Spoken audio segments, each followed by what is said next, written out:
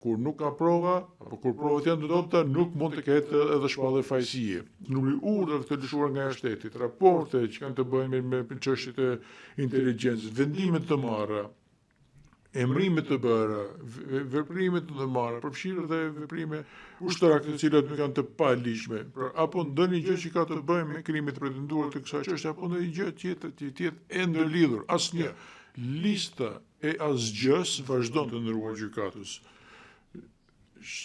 Këto shifrat nuk arrin që në ato shifra që të përbëjnë një konspiracion gjigant kriminal që në cilin të ketë luajtur rol zoti Veseli.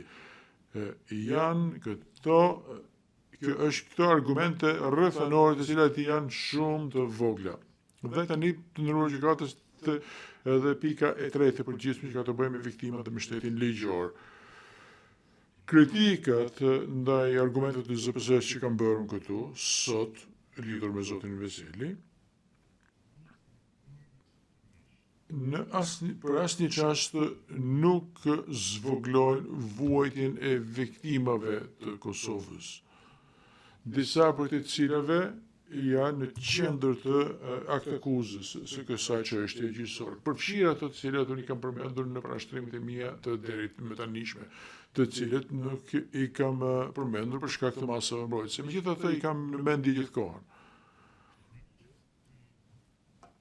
Shkatrimet dhe dhimbja shkaktuar në Kosovë gjatë luftës ka qenë e jashtëzakonshme, që në fakt është shqetësues për të gjitha palët dhe të gjitha palët pajtohen me këtë.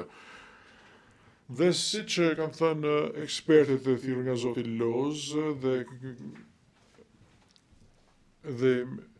nga doktor Lek, doktor Dune Prince në kështu me radhë, kanë shpjeguar ato që bëhet fjalë për 65% të popullatës që kanë përjetuar ngjarje traumatike gjatë luftës. Janë 200.000 deri në 400.000 individual dhe me shumë të tjera. Ekspertë kanë analizuar që analizat specifike për Kosovën tregojnë që edhe pas 10 vitesh pas përfundimit të luftës, stresi post-traumatik mbetet në nivele shumë të larta dhe thonë që në të gjitha këto raste ishte shumë më i lartë se sa studimet e bëra në vendet e tjera të cilat kishin kaluar një konflikt, përfshirë dhe luftra si ato të Vietnamit, që gjendet në faqen 8 të raportit të tyre të përbashkët. Dhe kërkohet për këto veprime ndrejqëse, përfshirë edhe përmes punës së kësaj gjykate.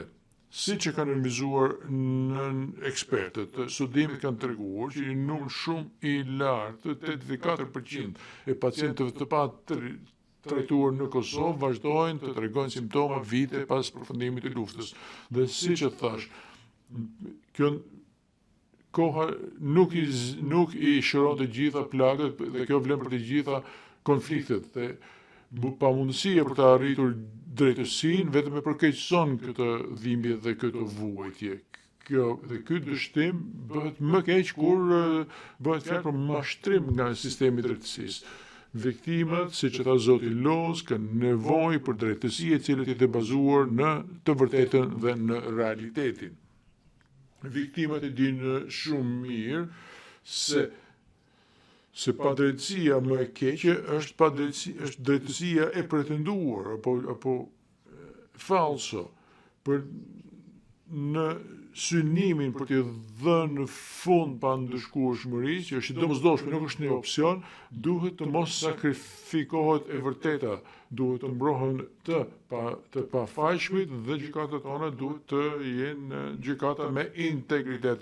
Pavarësisht nëse duhen 5 vite apo më gjatë për të arritur në përcaktimin së vërtetës, siç ndodh këtë, ne duhet të ecim në drejtim të saj për të arritur në fund të këtij gjyqi, tani që e dim se cilat janë argumente që përdor ZPS-ja.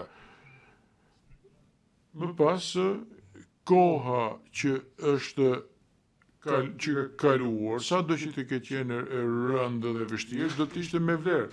dhe të gjitha ajo boj që është harxhuar në mira faqe të dosjeve përfundimtare, fondet janë shpenzuar për këtë gjykatë, do të jenë me vlerë për viktimat dhe për të gjithë. Do të jenë me vlerë për Kosovën dhe për tërë popullatën e saj, pavarësisht e përkatësisë etnike, si dhe edhe me vlerë për sa përket fqinjeve të saj Serbisë dhe Shqipërisë. Kjo do të bëjë që përfundimi i gjykimit të Veselit këtu për një kohë prej më se 5 vitesh do të jetë sukses, jo vetëm për shkak se do të lirohet një person i pafajshëm, por do të vendosë edhe presidenti që brezat e ardhshëm do ta zbatojnë. Gjëja e fundit që duam në këtë është që brezat e ardhshëm në Kosovë dhe në rajon më gjithësisht të mos kenë besim në shtetin ligjor për shkak se është shkelur hapur në këtë çështje gjyqësore. Të nderuar gjykatës, ju si gardianët e shtetit ligjor, tani në fund të këtij gjyqi të gjatë keni në dorë argumentet e ZPS-s kundër zotit Veselit dhe jeni ju të nderuar gjykatës të cilët do t'i jeni përballë, do ta pengoni këtë përpjekje të kotë të ZPS-s me qëllim që të mos shtrembrohet drejtësia të gjykatës. Ju jeni pjesë e traditit të gjykatës ndërkombëtare të cilit janë caktuar për të ndarë faktin nga shpikjet në këtë konflikte armatosura. Kjo është një traditë e cila vjen që nga Nurembergu dhe përfundimi i luftës së dytë botërore dhe shpresojmë që do të vazhdojë edhe në të ardhmen. Gjykimi juaj do të jetë pjesë, do të zërë vetë në këtë histori dhe nuk do të harrohet. Pavarësisht se sa është përpjekur ZPS që t'ju bindë ju të nderuar gjykatës që ta gjeni fajtor zotin Veseli me çdo kush, ne e kundërshtojmë këtë me parimin ligjor dhe me shtetin ligjor e cila është në qendër të gjitha gjykatave ndërkombëtare. Kur nuk ka prova, apo kur provat janë të dobta, nuk mund të ketë edhe shpallje fajësie.